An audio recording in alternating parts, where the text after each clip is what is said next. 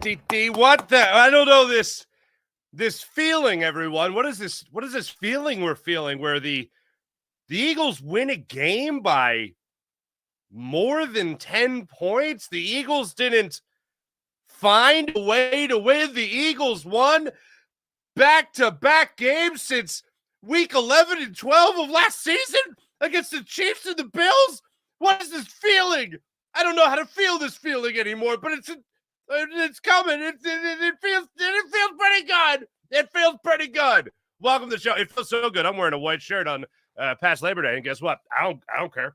I don't care. Welcome to the show, ladies and gentlemen. My name is Mark Farzetta. This is a little program that we do called the Farzy Show, and it's presented by MyBookie, mybookie.ag, and it's just lovely on more days. Today specifically, more than any other day. It is lovely to have you along for the ride. Saquon goes absolutely off against his former team. The feeling he had afterwards was obviously accomplishment, but also relief that he doesn't have to talk about going back to the Meadowlands for the first time anymore. They said it beforehand. A.J. Brown last week in the locker room referencing his game against the Tennessee Titans 2 years ago where he went out for 119 yards and 2 touchdowns. Before the game, he said, it really didn't mean anything. And then after the game, he was like, it totally meant everything. And then Saquon gets the opportunity to go into his old building against his former teammates in a game where his former teammate Dexter Lawrence, Sexy Dexy himself, said, this game is war. Make no mistake about it. This game is war. Well, guess who won the war? That'd be Saquon Barkley. He won the war. 179 yards, 17 touches. He literally, remember last week when we were talking about like 5 things to look at in this game? One of the things, and I think it was a glaring obvious thing, but it had to be looked at. The Giants, to running backs alone, were allowing 4.9 yards per carry. 4.9 yards per carry. Saquon Barkley was at 10.4 yards per carry. He more than doubled the average by running backs against the New York Giants in this game. The Giants played the Commanders and led in the fourth quarter of that game. They lost to the Commanders. The Giants, the Giants lost to the Cowboys in a game where the Giants led in the fourth quarter. Those were close games. It came down to the final quarter. The Eagles had this game really from the second quarter on. If I wanted to be a stick in the mud, the Eagles couldn't do anything in the first quarter. Again, no points in the first quarter. You know what? If you're going to score and blow out a team 28-3, I'm not going to mind so much that you didn't score in the first quarter. Do I hope that the Eagles figure it out? Because, yes, overall, my overall takeaway from every single game is, did the Eagles play at a championship level? Against other teams that are better than the New York Giants, like, many other teams in the NFL that are better than the New York Giants and certainly have a better quarterback than Daniel Jones. Oh, that poor guy. Without his left tackle, he was even worse than he usually is. Anyway, the Eagles, do they play to a championship standard? I'm going to put it to you like this. That's how I grade every game. Did they win? Obviously, that matters. But do they play at a championship level? If I was still in the business of taking phone calls, okay, I certainly take your guys' comments throughout the show, obviously. But if I was in the business of still taking phone calls and somebody called, I'd be like, the Eagles are going to win this game 28-3, and they're going to beat the New York Giants 28-3. I'd be like, nah, you are Paulie Pom-Poms. There's no way. Like, my take going into the game was that this is the type of game where if I didn't think about coaching and I just looked at the talent, I'd be like, Eagles win this game by at least 2 touchdowns, But factoring in the coaching, I didn't have a lot of confidence in the coaching. I thought it would be. I actually got down to kickoff, and by kickoff, it was 27-3, and then I bumped it down to 24-20 that the Eagles would win this game. Yeah, obviously they blew that out of the water. And Saquon Barkley and this Eagles team from that second quarter on dominated this football game. We'll go through the whole thing. We'll talk about some of the great things coming out of this game. Obviously, Saquon Barkley. The weird thing also, and I always talk about this as well, when you talk about the box score of the game, you look at Jalen Hurts' game, and I said this on post-game yesterday, but to reiterate, if you look at the game, and if you hand me the box score and don't show me anything else except what Jalen Hurts did in the game, 10-14, I would say, oh my God, is he okay? Is he healthy? Because where are the 20 other throws he was supposed to have in this game? Where are the 30-plus throws that I'm used to seeing getting from Jalen Hurts here? And it was like, nope, he was fine. He was fine. First quarter, certainly a lot to complain about when it came to I mean, not when it came to the defense, but offensively speaking, Jalen Hurts and this offense as a whole, yeah, was not pretty. Not even a little bit. There was one play series that I'll go over that was dumb, dumber, and dumbest on one series. And I'm like, that's impressive. Do it all in one series? That's amazing. But then in the second quarter, the Eagles were like, oh, just hand the ball to that guy that used to – oh, he's on our team now. Oh, there you go, 55 yards. First quarter, obviously, concerns. We'll talk about the defense, what the defense had going throughout this entire game, and what a huge hat tip we all owe to Vic Fangio for what he was able to do in this game in the last two games, back-to-back games. The offense does not score a touchdown against Vic Fangio's defense. And we will reflect on the week that was. I told you guys going into this game, and look, the Eagles have a long way to go. They beat the Giants. It's a divisional opponent. We always talk about how these games are supposed to be tough. They won back-to-back games. I get it was against the Browns. I get it was against the Giants. But ball that up for a second and throw it out the window, because that does not matter to me.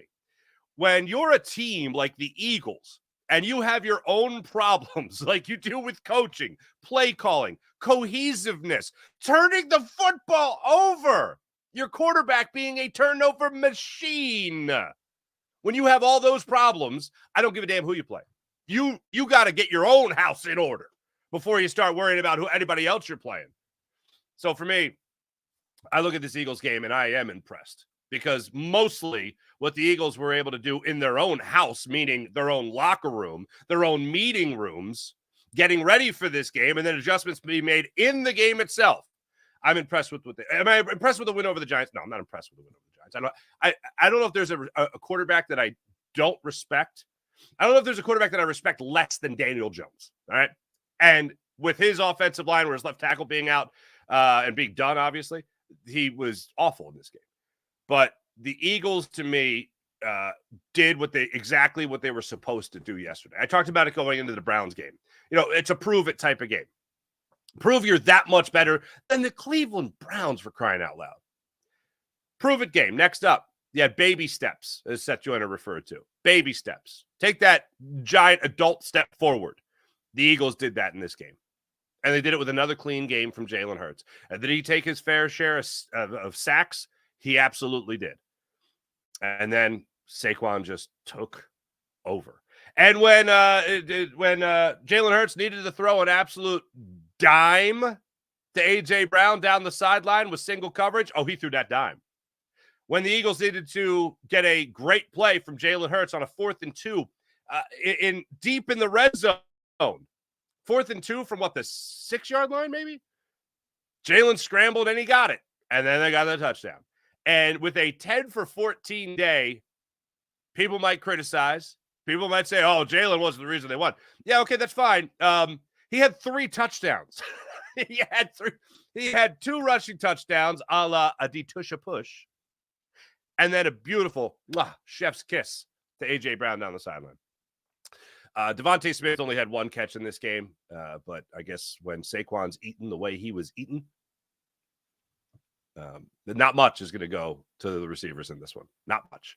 So we'll break it all down. Thanks for joining us. Of course, this is the Farzy Show. Make sure you hit like and subscribe on the Farzy Show YouTube channel. Make sure you hit like and subscribe on the Jacob Media YouTube channel. Make sure you hit like and subscribe on the Locked On Sports Philadelphia YouTube channel and the Seth Joyner Show YouTube channel as well, with Derek Gunn, yours truly, and Seth Joyner, of course, break it all down for you pre and post from Parks Casino in Ben Salem. So let's get into it. First, just the message to Saquon Barkley from Nick Sirianni going into today's game. Yeah, like I said to him, I said to him, just be yourself. Obviously, Saquon Barkley has been the best player on his football, one of the best players on his football team since he's been probably 8 years old. So just go be yourself. I was really happy for him that he's able to have that experience right there. And I said to him, I said to him, don't be coming from somebody that's not emotional. Don't be emotional. No, but I said to him, if the emotions of the game is something that helps you be, even better, use it. If not, flush it. Did Nick Sirianni make a funny? I think Nick Sirianni made a funny. Now that's funny. So coming from someone who's not emotional, don't be emotional. I appreciate that. But even better, I noticed in this game, I rarely saw Nick Sirianni. He wasn't a highlight. They barely talked about it, if at all, during the broadcast itself, which I appreciate very much. But Saquon Barkley rolls into MetLife Stadium, goes through the tailgate. He talked about it after the game, saying how that he saw his, actually it was said before, during the broadcast, he saw his jersey being burned in the parking lot. It was like they got his attention. The way he described it, it was like they got his attention as the bus rolled through into MetLife Stadium, and they were just like, hey, Saquon, and just lit it on fire. He's like, damn, like that.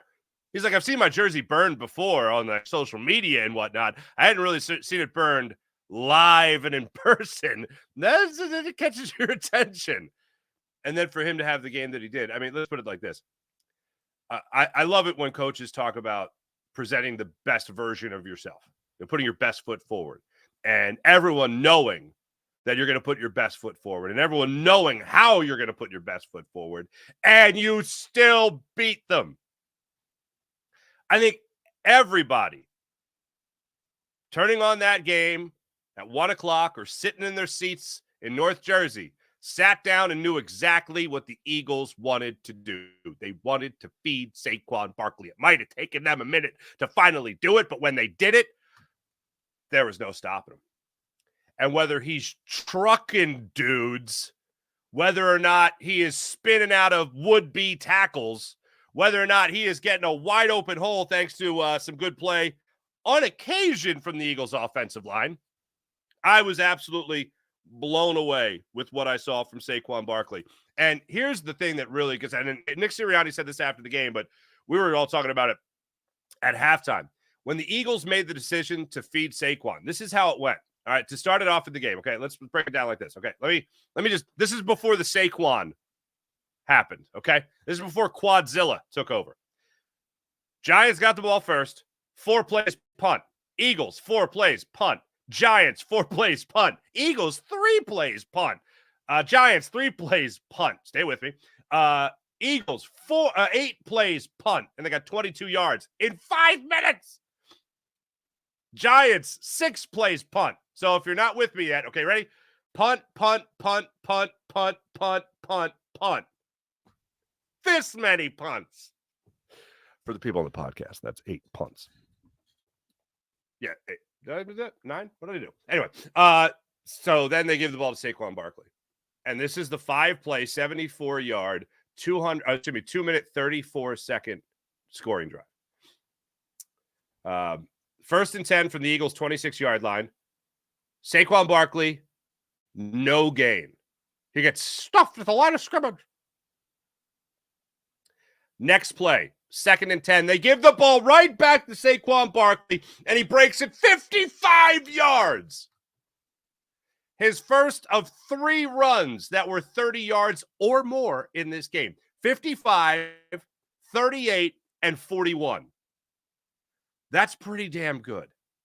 He breaks that from the Eagles' 26-yard line all the way down to the Giants' 19-yard line. Kenny Gainwell gets 2 carries, and I'm looking at the team. I'm like, you better not score, Kenny Gainwell. You better not score, Kenny Gainwell. And then they give the ball to Saquon Barkley one more time.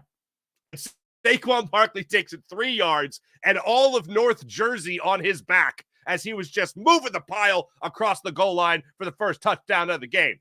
5 plays, 5 runs, 7 points. Saquon Barkley makes it happen. That was the difference maker in the game. Before that, it was just pump. And it was amazing to me that 4 plays, 3 and out, constantly. And Saquon took over. And the Giants knew it was coming on that drive, and they couldn't do anything about it. They couldn't even do anything about it with getting Gainwell in there. And credit to Kellen Moore, credit to Nick Sirianni. They just kept running. I can't remember the last drive, other than maybe a late 4th quarter drive, where the Eagles just kept to kill the clock, where the Eagles just ran the football. That's all they did, just ran the football. And that changed the entire outcome of the game. So the Eagles get that touchdown. Then the defense forces a 3 and out on the punt. And then right after that, the Eagles go back to the run with Kenny Gainwell run on the next possession. And that was capped off with that beautiful 41-yard touchdown pass to A.J. Brown for a 14-0 Eagles lead. He didn't have many throws in this game. Again, Jalen Hurts, 14 throws. That was a thing of beauty. Pressure in his face, stayed in the pocket, and knew exactly where A.J. Brown was going to be on that sideline. Aired it out to him. A.J. ran under it. Touchdown! Eagles, I'm in the mood for Merrill Reese impressions today. I'm that joyous, I might do Merrill's voice a couple times. Or at least my horrible impression of Merrill Reese. Anyway, the great Merrill Reese. Eagles go up 14-0 at that point. Now, while we're waiting for the Saquon train to get rolling, which it obviously finally did, the Eagles' defense was incredible. Not only did they go throughout the game and allow no touchdowns for the second consecutive game, the Eagles' defense was all over Daniel Jones. Whether it was Josh Sweat, whether it was Nolan Smith, whether it was Bryce Huff, who got a big boy sack in this game. You know what that is? That's it's not a half a sack. That's not touching somebody's toe as he's going down to the turf. That's a guy getting in the backfield and bringing down a quarterback by wrapping him up and taking him down. And that's what Bryce Huff did in this game. He's now got a sack and a half in his last two games. Hey, look, Hassan Reddick joins the Jets, I should say, 20 minutes after he hires Drew Rosenhaus. Funny how that works. And Bryce Huff is now working out for the Eagles. Maybe Bryce Huff is just waiting for it to be a fair trade. Hassan Reddick starts playing for the Jets, and he'll actually start playing for the Eagles. And not just wearing the uniform and like going out on the field and be like, what am I doing out here? Oh, I play? Okay. He got a full sack, so that was good to see. Jalen Carter, man possessed, getting in the backfield with 2 sacks.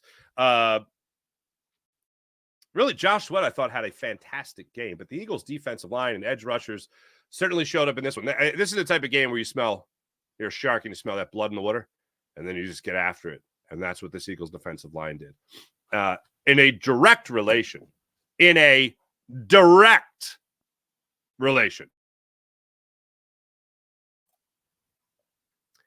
Vic Fangio, you beautiful bastard. You beautiful. Vic, just sit down and take this love I'm about to give you. Ugh. Couple weeks ago, you really pissed me off. Going into Tampa Bay against Baker Mayfield in the first quarter, first half of the game, you see every single time Baker Mayfield is in the shotgun or throwing the football, whatever, it's balls out of his hands in like 1.5 seconds, 2 seconds at most. And I'm looking at your corners, and I'm like, well, at some point, obviously, they're gonna play some press coverage. Nope. At some point, they're gonna do it, right? I mean, you got to. He's getting rid of the football too fast, and no one's getting to him. So you're gonna play press coverage, right? Right, Vic? You're gonna tell your defensive backs to play press coverage, and he didn't do that. So that pissed me off. And then he had a press conference where he was asked about, hey, did you ever think about maybe like playing press coverage? And he's like, well, I leave that up to the corners. To decide whether or not they're going to play press coverage or not. I leave it up to the corners. And I'm like, you're the defensive coordinator. Can you coordinate where they play up on the line of scrimmage and give that pass rush a chance to get home? What did the Eagles do yesterday?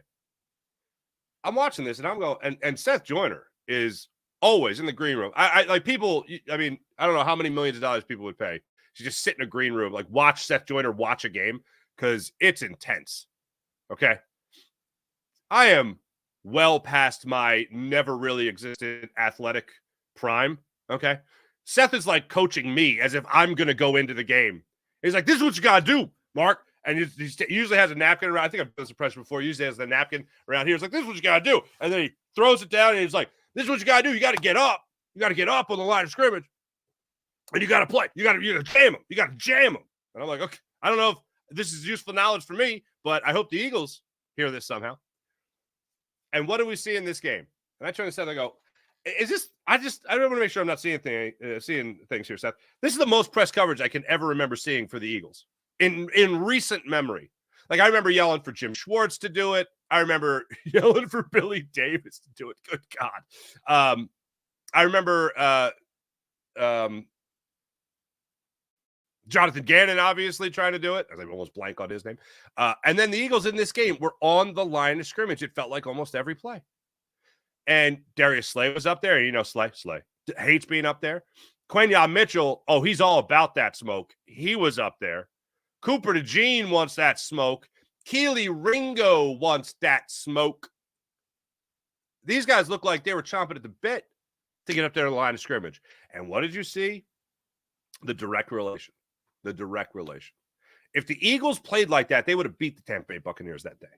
They would have beat the Tampa Bay Buccaneers that day. Now, ifs and nuts, blah, blah, blah. Or ifs and buts, excuse me. Blah, blah, blah. But the Eagles played the most aggressive defense I have seen them play in quite some time. It was absolutely fantastic. I look at, obviously, Quentin Mitchell now that we've seen it for 6 games. What a great, forget about a draft pick. If you would have told me that he was a sought-after free agent and the Eagles got him, it's the same type of impact. He looks like he's been in the league 10 years. I shouldn't say that. 5 years already because he's still athletically amazing. Cooper DeJean. This man is not shy of anything. I'm so impressed. Sidney Brown being out there. You know what? I meant to check how many snaps Sidney Brown was out there defensively for yesterday's game.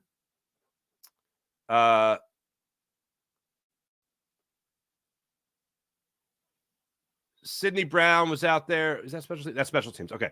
Sidney Brown was out there for 9 defensive snaps, only 16% of the snaps. He was out there for 26 special teams snaps or plays, 81%. Sidney Brown was ready to play. He looked every ounce of ready to play. And one of the things I was really looking for Sidney Brown is, and I know we've talked about this before with other injuries that players have had, but there's 2 aspects of getting over an injury if you're an athlete. This is from actual athletes telling me this, not my own assumption. There's 2 ways to get over an injury, or two things you have to do to get over an injury. One, the physical aspect, like if in this case ACL, can I do this? Okay, good, I can do this. Then the second part is the mental thing. Okay, can I trust my ACL, my Achilles, whatever? Can I trust it? I know physically I can do it, but can I trust it in a game? Sidney Brown looked great. For the limited time he was out there defensively, great. Special teams, flying all over the field. And I absolutely love the picture that they released on social media afterwards. I don't have it for you, but it's on the Eagles Twitter.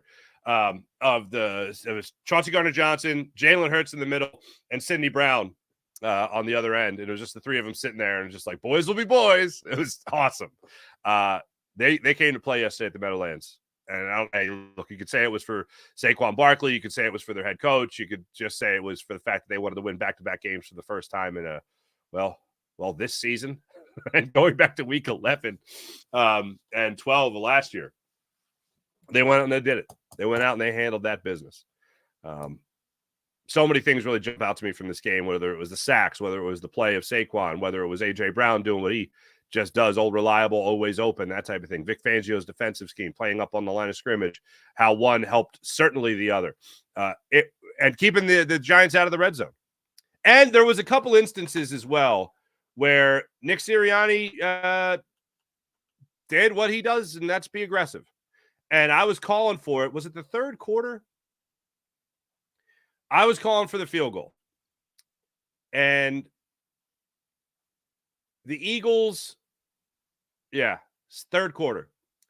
Eagles were already enjoying a 14-3 lead. And they have the ball on the Giants' 5-yard line. They are in control of this game. They line up for 4th and 2 from the 5-yard line. And I go, I don't like it. I'm gonna go against my dear friend John McMullen, and I'm gonna say I don't care what happens next. Just kick the field goal. You're in control of this game. If you get stopped, that's a momentum shift on the road. Just take the points. They're not scoring on your defense anyway. If you just come away with this 17-3, all will be right with the world. But Nick Sirianni said, to hell with that. I got playmakers. Jalen Hurts ends up scrambling for 4 yards. Yeah, I think I said earlier from the 6-yard line. From the Giants' 5-yard line on a 4th and 2, he scrambles for 4 yards, gets the first down. Barkley goes up the middle, gets stuffed. Hurts goes up the middle, gets stuffed. They get a penalty on the Giants. It's 2nd and 1 from the 1. Second and goal from the 1, I should say. And Hurts goes up the middle for the push, the brotherly shove across the goal line. 21-3, Eagles take the lead. That's Nick Sirianni right there. Tough decision to make, but said, yeah, no, we're just going to go for it. We just more points are better than less points, so let's get more points. And that's what they did, and it worked. It absolutely worked. Saquon Barkley after the game, relieved, absolutely relieved. To be honest, I'm so happy this game's over. I don't think I should get, besides today, any more questions about the Giants. But like I always said, thankful for the organization. They're the team that drafted me. Still got nothing but love and respect for all the guys over there. But I'm happy to be Eagle, and most importantly, we got to win today in the division against the division rival. And now it's on to the next one. I can't imagine. Okay, now the focus is just on the team again. Okay, cool. I don't have to do the thing where I got to care about this more than everything else. Fantastic. He was a man possessed in this game, and look, you could talk about the stats. And they were on the sideline. I'll get to that in a second. But overall, we talked about it last week. A.J. Brown says last week he's got to let the beast out. A.J. Brown's advice to Saquon Barkley was just got to go out there and let the beast out, like A.J. Brown did 2 years ago in his game against the Tennessee Titans. 119 yards, 2 touchdowns. So Saquon Barkley goes out there against the Giants, and he let the beast out. The elusiveness, the efficiency, the physicality. I mean, that's one of the best performances I've ever seen. Over 10 yards per carry. Watching the game, there are certain times where, man, you think you might learn something from the box score. And, yeah, you could obviously tell that he dominated. But what a joy to watch it. If he needed to be a ballerina, he was a ballerina. If he needed to be a wrecking ball, he was a wrecking ball. If he needed to just all of a sudden be a magician and disappear, he disappeared. And guys were just, where did he go? Oh, he's in the – oh, okay. You don't even know. I thought we stopped him. He's already down the sideline? Oh, damn. 55 yards, 38 yards, 41 yards? That's a lot of yards. So one of the best parts of the post-game press conference, Nick Sirianni always likes to keep this stuff tight to the vest. But he decided, because it makes Saquon look so damn good, he decided, hey, you know what? I'm going to tell this story. So, again, referencing the box score, Jalen Hurts, 10 of 14, 114 yards, and a touchdown. Not that impressive, but a quarterback rating of 119. 2 touchdowns on the ground with the tush push and the throwing touchdown, obviously, or passing touchdown. Kenny Gainwell, 13 carries in this game. Not sure who was at the start of the fourth quarter. Jalen Hurts ran the ball 7 times. I think there were 4 or 5 tush pushes in this one. Will Shipley got 8 touches in this game. How about that? Like to see that. All that was great. And no fumbles, no turnovers, no precious pigskin in peril throughout the entire game. So Saquon Barkley, his career high was against the Washington Commanders 2 years ago, or 3 years, 2 years ago. 189 yards against the Washington Commanders. 189 yards. He, of course, yesterday had 176. I think 190 was obtainable. He didn't really play much in the fourth quarter. I was surprised, actually, and I was talking about when the Eagles were lining up for their final touchdown with 11:31 to go in the fourth quarter. Eagles get the 4th and goal from the 1-yard line. They push it in. On that play, Saquon Barkley came back into the game, and I threw it out to the guys. I said, "Does Saquon come back in for this and give him another touchdown?" And they're like, "Oh, no way, he comes back in." And I'm like, "Uh-oh, he's coming back in." And he just got up in that ass. And he pushed it. That's all. That's all he did. He didn't have to carry the football. And they scored the touchdown on that one, and he was done after that. After that, it was the Kenny Gainwell and Will Shipley show. So they tell him, "Hey, Saquon, you're whatever it was, 13 yards away from setting your new career high. What do you want to do?" Here's how it played out on the sideline via Nick Sirianni. Yeah. I usually like to keep my conversations with guys private. Frank Reich was always would say to me, make sure we know when somebody's on the verge of doing something really special, because it's hard to do that. It's hard to recapture that, or breaking a record or whatever it is.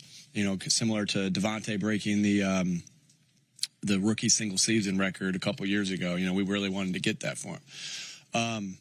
And so, that was on our mind, because I got the word from the box that he was close to his career high, and I sat there with him and I said, listen, here's where you are and here's what it is. And he looked at me and he said, this gives me chills to think about. Like, this guy is such a great teammate and all he cares about is winning. And he looked at me and he said, let the other guys eat. How do you not love that guy? How do you not love that guy? And then on another aspect of this, and I don't ever believe in playing scared, but you could argue scared, but you could also argue responsible. There is no reason to have Saquon get touches anymore. If you're the same person that goes, don't play in the preseason ever, well, then that means don't play when it's not necessary to play. You're up 28-3. You've won the game. The Giants suck and are not coming back. Daniel Jones, dear God, he sucks so bad. The Giants paid him. Oh, hold on a minute. The Giants paid Daniel Jones, and they didn't pay Saquon, and he's not even a good quarterback. Brian Dable, I think, is a decent head coach. He went terrible yesterday. Everything was terrible yesterday for the Giants. But holy Stromboli, they paid Daniel Jones money, $150 million. And Saquon, they're like, yeah, I guess you can hit the brick, Saquon. See you, dude. And the Giants fans were mad at Saquon. How about you just, burn a shirt and tie? Like, that would be more emblematic of the front office and the reason Saquon's not there anymore. But also, I think Saquon kind of looked around and went, oh, this is a sinking ship. This place is going down. I want to play for a team that I think I have a chance to actually win football games on and win playoff games on. And that's the Philadelphia Eagles. It ain't the New York Giants.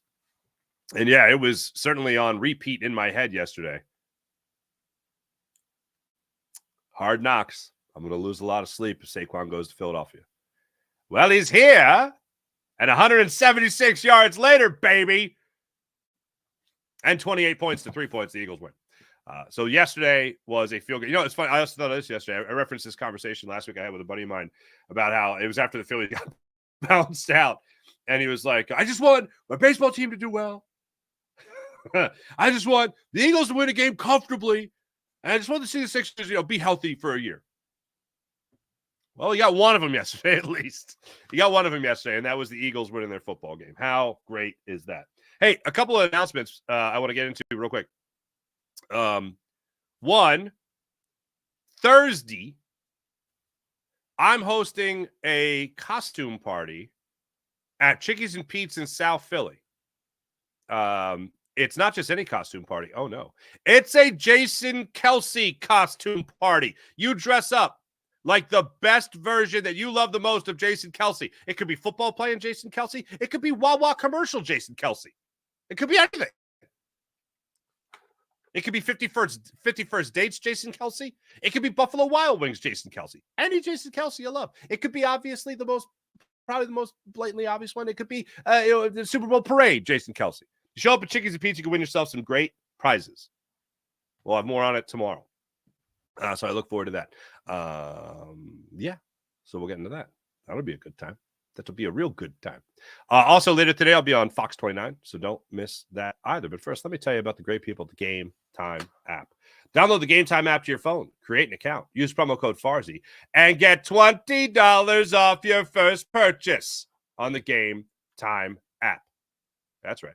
Want to go to the game? Want to go to the concert? Want to go to the comedy show? Game Time app has you covered, especially when it comes to the amazing, the incredible college football season. Want to go to a college football game? Download the Game Time app to your phone, create an account, use promo code FARZI, and yeah, you get $20 off your first purchase. They also have Game Time Picks feature, which allows you to filter out all the fluff, so you just see the best tickets and the best prices, the best seats on the Game Time app. They also have the all-in pricing feature. Oh, yeah, that's right. The all-in pricing feature, you know what that does? That lets you see the price before you check out. So they don't have any sticker shock of how do these $30 tickets become $40? What? No, you know the price when you toggle the all-in pricing feature on the Game Time app. So download the Game Time app to your phone, create an account, use promo code FARZI, and get $20 off your first purchase. They also have Game Time ticket coverage. Your purchase is covered with the most flexible customer service policy in the ticketing industry. You also view your seat before you buy it. And the lowest price guaranteed, the Game Time guarantee as it's known. If you find tickets in the same section and same row for less money elsewhere, the Game Time app will refund your account 110% of the difference. Yeah, that's right. That's what the Game Time app's all about. So download the Game Time app. Use promo code FARZI. Get $20 off your first purchase. Sixers start their season later this week against the Milwaukee Brewers, Milwaukee Bucks. So that's how that one works. Game Time app is where it's at. How about PHL Sports Nation, Philadelphia Sports Nation, enhancing your Philadelphia sports fan experience across all social media and blogs. That's PHLSportsNation.com. Let's get into the chat check and see how you wonderful people are doing on this fine Monday. Eagles victory Monday. Sean Gillespie, hello. The Beast killed it. He absolutely did. April, morning fam. Eagles fan, good morning, Farzi. What a great game by Saquon. Destroyed his old team and made the D look pedestrian. Absolutely did, Eagles fan. Tate Jeffries, good morning. Eagles win, Mets lose. It was a good day. It absolutely was. Oh, man, how about holy Stromboli, the way the Guardians lost in the 10th inning. Again, my in-laws are Cleveland through and through, Ohio, everything other than the Reds. They had a double play ball in the 10th inning, and Rocchio couldn't catch it. That was a rough one. Oh, that was a rough one. Sean Kilrain, hello. Tate, that was the one stress-free game we need to see. Yeah. Sean, what's up? I'll take it. Fair enough. Sean Kilrain. Ben Van Sumeren, Eagles fullback. He made some nice lead blocks. Yeah, I got to go back and watch. I noticed he was in the game. They've used him as a fullback a couple of times this season. He was a fullback turned linebacker, Michigan and Michigan State. Yeah, I know. Who does that? Babs, what's happening? I'm concerned about the injuries. We'll find more about that, of course. Luke Skylifter, what's going on? Blowing out the Giants and watching the Dodgers blow out the Mets hours later only slightly reduced the fatal blow this Phillies season had on my soul. Ultra Ronin, I think you should be impressed. The Giants team almost beat the Cowboys. Yep. They did beat the Seahawks. The Browns game was their last game. A lot changed, though, with their offensive line, the left tackle going out. Rodney Burton, what's up, bud? What's up with you? Keep pace. We want to be clicking in December. Absolutely. Quentin Mitchell, 4 targets, 2 catches allowed, 15 yards, 0 touchdowns, 59.4 passer rating allowed. I think we got ourselves a shutdown corner. Malik Neighbors, we talked about it. Yes, thank you. That's one thing I left out. Malik Neighbors was torching 242 yards in his 2 previous games combined against the NFC East. Faces the Eagles with these corners. Bye-bye. Defense Stokes says, Daz, what up, Daz? Loki, what's up? Love that song.